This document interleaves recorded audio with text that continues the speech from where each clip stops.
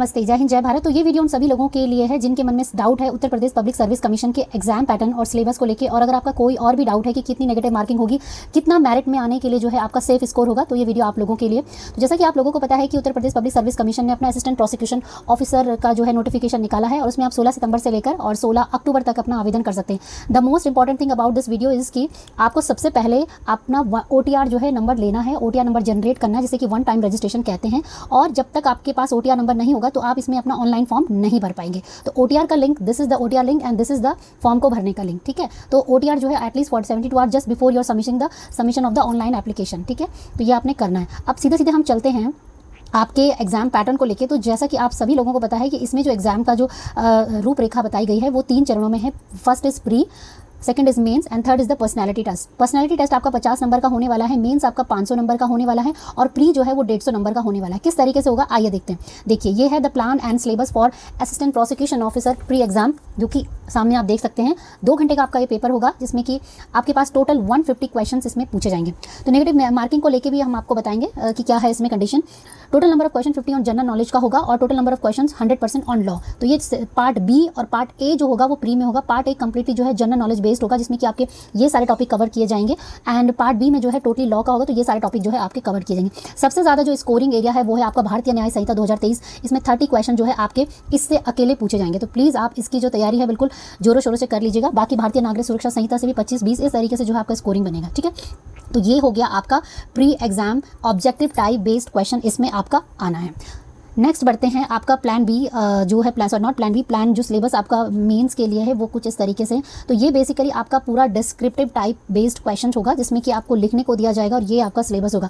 General Hindi, general English, general knowledge, criminal law procedure, साक्ष्य अधिनियम and अन्य अधिनियम जो है आपसे इसमें पूछे जाएंगे, ठीक है। तो ये जिसमें अन्य अधिनियम के प्रश्न पर जो होंगे वो इनमें से पूछे जा सकता है। आयुध अधिनियम, जितने भी आपके एक्ट वगैरह है, दहेज से रिलेटेड, लैंगिक अपराधों को से बच्चों से संरक्षण, पॉक्सो एक्ट, ये सारे जो है इस पेपर में आपके कवर किए जाएंगे, ठीक है। तो इन सबको भी आपने चेक करना है। The third and the last is the personality test. तो पर्सनालिटी टेस्ट आपका 50 मार्क्स का होगा, और ये बेसिकली उन्हीं का है जो कि मेंस एग्जाम में क्वालिफाई करेंगे।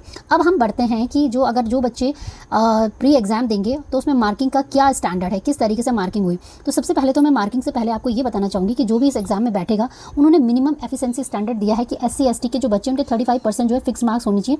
That is the candidate this category shall not be place in the merit list if they have secured less than 35%। यानी कि 35% से नीचे अगर आप लेके आएंगे तो आप मेरिट में नहीं बैठ पाएंगे, अगर आप SC ST के कैटेगरी के बच्चे। And the same lies with the 40% जो अदर कैटेगरी है। तो 35% मार्क्स आपको किसी न किसी तरीके से आपका जो प्री एग्जाम होगा ना उसमें स्कोर करना ही करना पड़ेगा, ठीक है। नेक्स्ट बढ़ते हैं कि इसमें नेगेटिव मार्किंग क्या है या नहीं। तो yes, in the preliminary examination for the objective type question paper penalties negative marking shall be imposed for wrong answer given by the candidate which is below there full and alternative 1/3 of the marks 0.33 1/3 of the marks. यानी कि आपका इसमें negative marking होने वाला है, और preliminary exam में आपका नेगेटिव मार्किंग जो है मैंडेट है, ठीक है। तो यही है इसमें जो जानने वाली चीज़ें हैं। बाकी इस फॉर्म को सभी बच्चे भर सकते हैं। एज लिमिट आपने देखा ही है, 40 ईयर्स तक आप भर सकते हैं, और बाकी एज रिलैक्सेशन इस तरीके से उन्होंने दिया है। और जो इसमें रिजर्वेशन मिलेगा वो बेसिकली यूपी के बच्चों के लिए रिजर्वेशन इसमें है।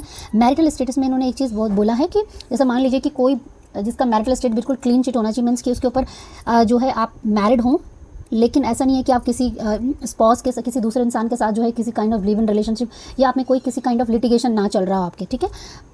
तो ये आप मैरिटल स्टेटस को लेके, डिवोर्स वगैरह अगर है तो भी वो भी फाइल वो भी इसमें फॉर्म को भर सकते हैं, लेकिन इसमें जो है लीगल मैरिज वाले ही जो है आप इस फॉर्म को भर पाएंगे। बाकी और इसमें कुछ ऐसी कोई ज़्यादा खास जानकारी नहीं है। 182 पोस्ट है, ये आपको पता ही है, और फीस वगैरह आपकी ये है, और बाकी जो है फॉर्म भर लीजिए फटाफट से।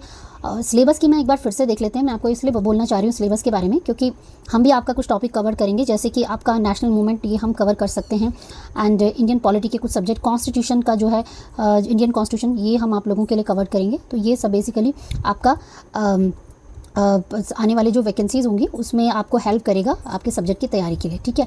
तो बाकी चैनल को सब्सक्राइब कर लीजिएगा, नया चैनल है, सारी अपडेट तो मिलती हैं। बाकी हम हमारे चैनल के माध्यम से जो भी जैसे वैकेंसीज़ तो निकलेंगी उनकी अपडेट तो आएंगी, लेकिन जो भी आपका जैसे तैयारी वगैरह होती है BLLB LLB वगैरह में जो भी आपके सब्जेक्ट पढ़ाए जाते हैं, या जजमेंट जितने भी होते हैं, उन सभी की अपडेट हमारे चैनल के माध्यम तक आप लोगों को पहुँचेगी, ठीक है। तो यही था आज का वीडियो, और वीडियो के लिए बहुत बहुत धन्यवाद। इस वीडियो को सुनने के बाद, देखने के बाद भी कोई प्रश्न है तो कमेंट करके पूछ सकते हैं। चलिए, जय हिंद, जय भारत।